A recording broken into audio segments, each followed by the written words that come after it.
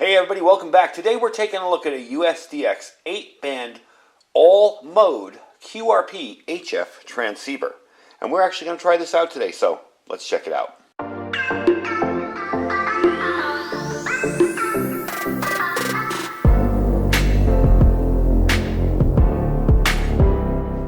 Alright everybody, welcome back. Now I'm going to explain a little bit of terminology for the new folks here because my channel is geared towards new preppers. QRP. There are Q codes in ham radio, and QRP is one of them, standing for low power operation. I consider a QRP radio a radio with 10 watts or less. Now I'm sure there's purists out there that would consider it like, 5 watts, 1.5 watts, and there are people that do operate on that low power and get it talk around the world. But this is an interesting little thing because given what we've seen in the craze of little QRP radios lately, there's the Zygoos out there and the ICOM 705, but they're all so expensive. And this is where this one bucks that trend.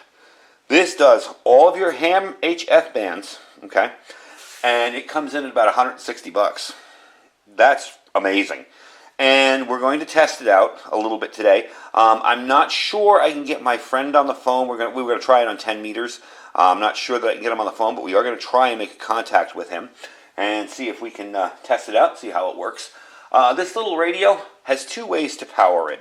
Okay, it's got this little 1602 LED screen, and that's where all your information will be. It has an internal battery, okay, and the internal battery will give you a power output of 5 watts when using it. So you can charge that internal battery. That does come with a plug over here. This is the plug for it. And they do say to use this plug only. If it breaks, they'll send you a new one, but use this plug only. I believe because it only charges to 12.6 volts, which is what the battery's voltage is inside, and it's only half an amp. I don't want to test the theory now because the radio is brand new and I don't want to go and mess it up, but you have your charging ports on the side here. Okay, this is where you'll charge the internal battery. Okay, that is your battery switch. In other words, you want to use the internal battery or an external battery, and this is where you'll plug in an external battery.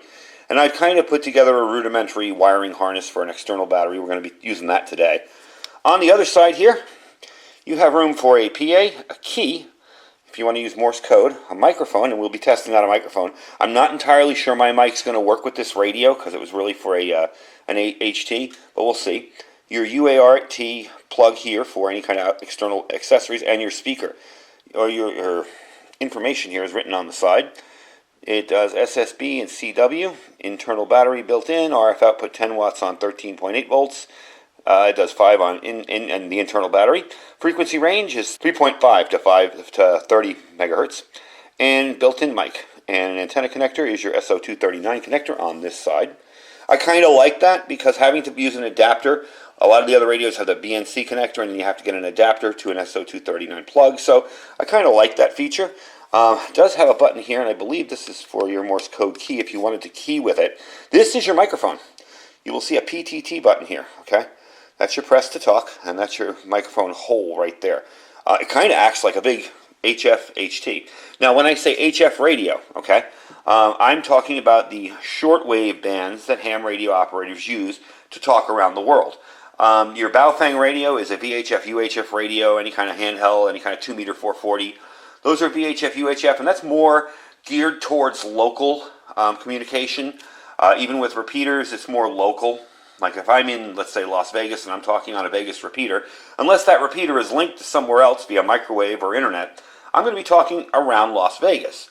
With this, I could be in Las Vegas and set the antenna up in my house and be talking around the world without the use of a repeater. Just want to give a little explanation. I know some of you guys who are hams are watching, rolling your eyes going, yeah, I know, dude. But I know we have a lot of new people watching too. And that is your speaker there. Now I have this is the microphone here. Okay, and we're going to try this. This is a microphone I bought at a ham. Actually, gosh, it was Winterfest it was Pacificon up in San Jose area years and years ago, like 2000, 2001. It does still work, I know that, but I don't know if the plug is the correct plug. It fits in there and all, and it looks like the plug they say will work with the 3 steps on it, but we'll see if it works. If not, no big deal. We still have the internal mic. I do have a plug here. And this is the plug for the radio. This plugs into your external power port, and this will plug into the rudimentary kind of wiring harness I've made up. That's this guy here. Okay, and of course I have a deep cycle battery. Now I do have an antenna tuner coming for this, and it's the ATU 100. It should be here either today or tomorrow, and we are going to do more videos with this. This is really just kind of a test today to see how it receives. Maybe make a contact. I'm not even sure I can.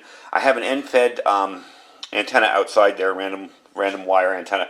Now I'm going to be using an antenna tuner for this video, except it's kind of big for this radio. And that's why I chose the ATU 100. That's that little compact antenna tuner. It's probably about the size of this radio. And on the end, it's got the OLED screen that shows you your SWR and your output. Now, an antenna tuner, for those of you new to ham radio. An antenna tuner will take a non-resonant antenna, in other words, an antenna not built for the frequency you're operating on, and we'll make it work. That's kind of very handy when you're using random length wire antennas, or when you're using antennas that are multi-banded. They're made for, they operate okay on every band, but you're going to need a tuner to get the SWR down. The SWR is your reflected power from the antenna that's not efficient back into the radio. We want to minimize that as much as possible. We want as much power going from the radio out to the antenna. So we don't want anything back, and it actually can damage your radio if the SWR is too high. So what I'm going to do quickly is I'm going to hook this up. Now, if you're interested in all the specs on this radio, I could go through for an hour and a half and give you all the specs. There are 3 switching analog faders and all sorts of different filters. The DSP filter is a 4,000, 2,500, 1,700, 500, 200, 150 hertz passband. There's all sorts of stuff in this. There's noise gates, volume control on the inside here. There's so much on this, and we'll show you the menu quickly. But if you want all that information, just click the link down below and you can get all the technical information. They're really good with this radio. Okay? They're really good and gave you all the technical specs on the website. Now, SDR, what does that mean? For those of you who are new to ham radio, that means software-defined radio. In other words, I could program the programming in this radio to make it do other stuff, or make it add features, or customize it the way I want. We aren't going to do that with this one, because I'm not even sure there's new firmware available for it yet. But maybe down the road we'll show how we can do that with some other radio that we get. So basically the software is what's running this radio, what's telling this radio what to do. Alright, so I'm going to show you the antenna tuner really quick. Let me back up a little bit. We're going to hook up the wires in the antenna tuner and the battery, and we're going to see how well this thing receives first. Then I'm going to give my friend a call and see if I can get in touch with him, and see if we can do a little action on 10 meters here at least, locally, and I'll let you know how that works out. Alright, so this is the setup as I have it here. We are going to show you the antenna setup. Again, it is just an end-fed, random length wire antenna with a little 9-to-1 balun on the end. So, not on the end, actually, not a balun. And we are going to show you, I have it kind of set up here for WWV. We'll show you that in a second. I want to take you outside and show you the way I've set up my antenna and why this is such a awesome little radio for emergency communications and even shortwave monitoring to some extent, especially ham monitoring. And we'll show you how easy it is to throw up an antenna. I have trees on my property, but they're not going to reach back in here where I have my cable. So that's the antenna tuner, and this is what's going to make that antenna resonant on all frequencies. And I've already kind of tuned it around for WWV, although not crazy good, just enough to hear it. And we will try it out. So let me take you outside first and show you the antenna system. All right, so this is where it all starts. That is your feed line that's running from the antenna tuner into that 9-to-1 unun box. Then your wire antenna, your wire, will go along here. And as you can see, it terminates down here. I'll walk you down into my push-up pole. So this is maybe 15, 20 feet up in the air. Again, not optimal conditions for HF operation, especially with a low-power radio. But we're going to see what we can do with it and see how well we can make this work. Remember, in an emergency situation, you may have to just deal with what you got. You may have to just throw that antenna up in a tree and hope that it works. So let's get it inside and let's see what we can do with it. All right, so we have this set up now. Here you go. We got it going on WWV at the frequency I have it set on.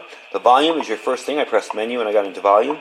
And you'll just scroll through here. Now, we want to change this. We want to get it off lower sideband to AM because that's what it transmits in. And there we go. Sounds a lot better, albeit a little lower. So we're going to get out of that. And you can see all of the modes here. These are your filters. your bands. You can change bands through here, or double click this and it will change the band too. So if I'm on 20 meters and I want to go to 10 meters, I just click until I get to the 20 meter band, the 10 meter band. This is your tune rate. I have it at 1K. It has 2 VFOs, so you can choose VFOs. There's your RIT. Your auto gain control is off. I didn't need it for this. Your noise reduction is 0 right now because I'm not getting a lot of noise. Attenuation. That's your S meter. You can choose what you want on your S meter if you want it in different modes or whatever, or different setup. So there's your SWR meter. Shows you your forward SWR. Remember, that's the power coming back into your radio that's bad. You don't want that. Okay? It does have a CW decoder. So if I hear a good CW, again, I don't want to go too far into the weeds with terms. CW is what most people would know as Morse code. If I hear Morse code on a band, I can turn this on and it will decode what is being typed out. If I find a Morse code station on here, or a CW station, we will try that. See how that works. Again, I'm going to be doing a lot more with this later. So you see how much there are tons of different settings on here. And it's really, really impressive for the price tag on it. Anyway, let's put this back in.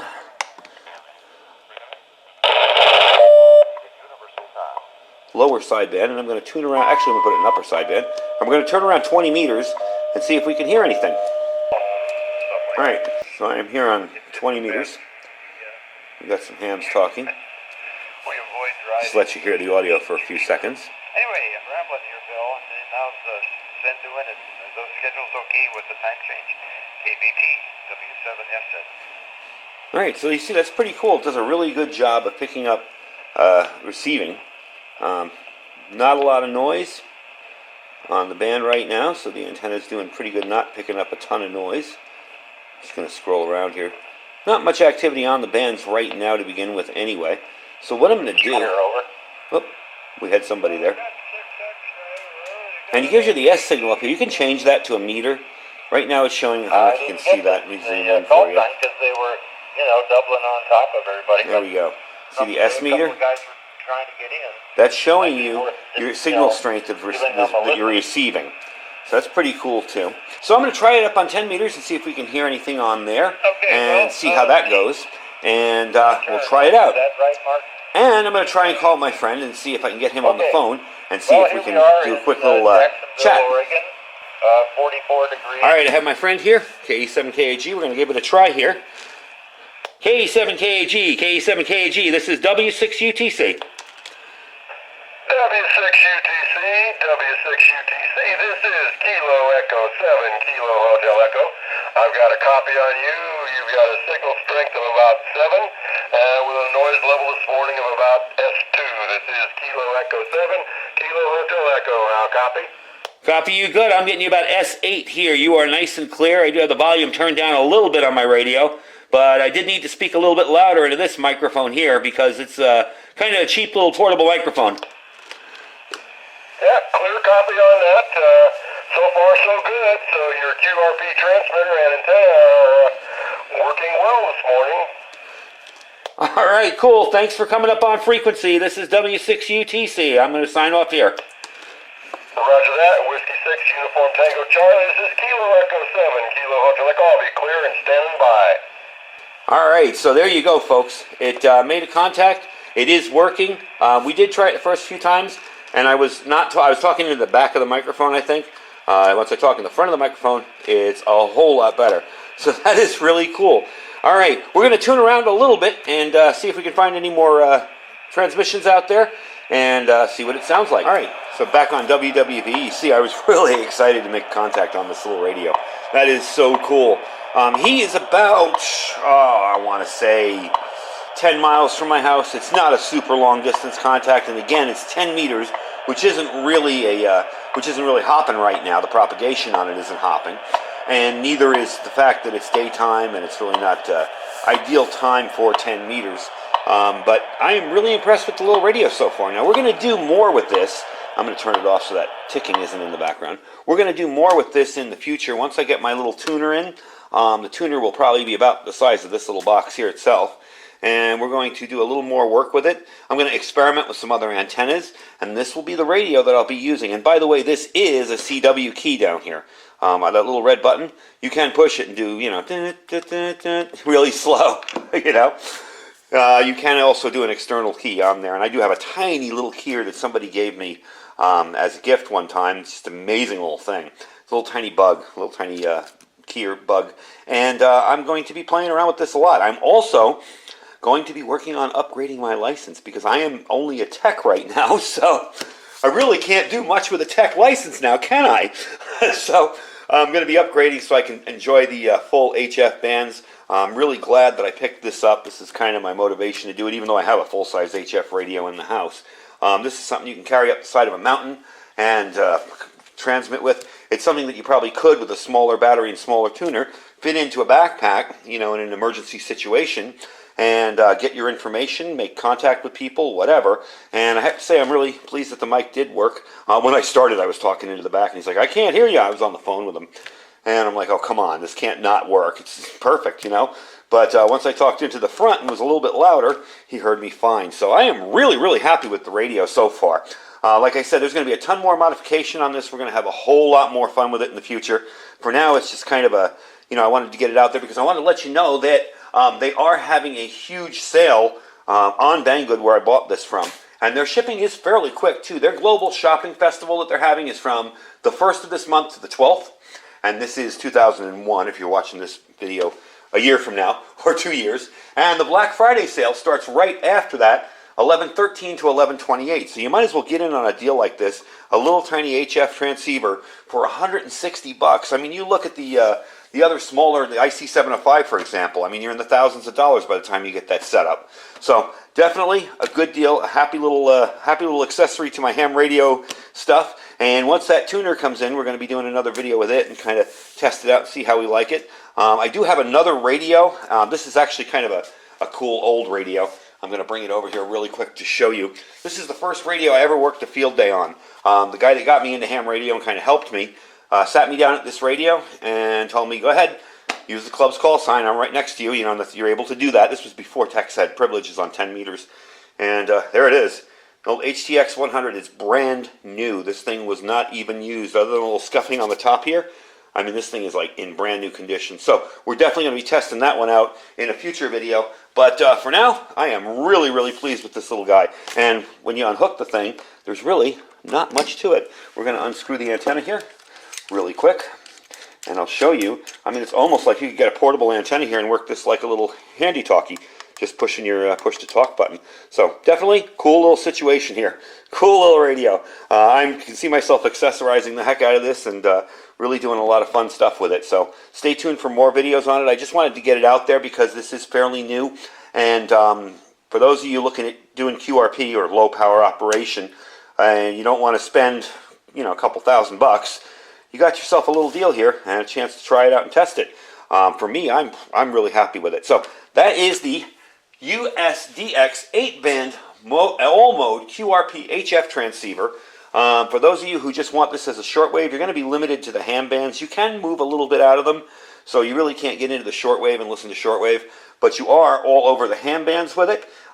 Originally, these did say they had 6 meters in them. This one does not. This is only the HF band, so you're from, you know, what is it on the side here? It says 3.5 megahertz to 30 megahertz. So definitely cool little item. And you can tune it any way you want. Again, this is a little bit of a big tuner for this. I wouldn't be setting up mobile with that. I am going to find a way to get that battery in a backpack or something and do backpack mobile. Anyway, folks, I thank you for watching. I will have a link down below where you can pick up this radio for $160. Who ever heard of an HF radio for $160, even if it is low power? And I was getting about 8 watts out of it when I was transmitting. So it's definitely up there, fairly good. Again, a tuner will take a little bit of your power away when you're tuning your antenna if it's not all that efficient. So hey, you know, I was pretty pleased with it. I was happy. It worked. It did its 8 watts. On the internal display on the menu, where it says your output power, or puts your output power there, you can only go from 1 to 8. This says 10 peak output. I'm assuming that's in a perfect situation where you're yelling into the microphone, you know. But I'd be happy with 8 watts anyway. And for it to be able to do that and get out, that's pretty darn cool. I'm really impressed with it. So, like I said, the link will be down below. You can check that link out. You get it for $159.99, $160.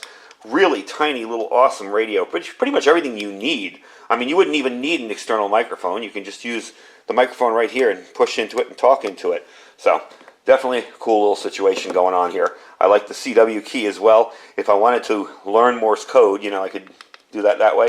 It's not very convenient. I would probably put an external keyer on here, but definitely a cool little thing. So I thank you guys for watching. Check all our links down below. We have our Amazon affiliate store. This will be over on Banggood. I have that link for you down there. Check out our Amazon affiliate store. Our freeze-dried wholesalers link. If you click that link, you save 15% right away just by clicking the link. There's nothing else to do. There's nothing to join. Just click the link and you'll save your money there. And our Thrive Life freeze-dried store there as well. If you're interested in stocking up on some Thrive Life freeze-dried store, there's nothing to join. You just click the link and shop as you normally would. And don't forget our Prep with My Patriot Supply link. That is preparewithiridium.com. Anyway, folks, I thank you. I got to clean up all this radio stuff now. Stay safe and stay prepared.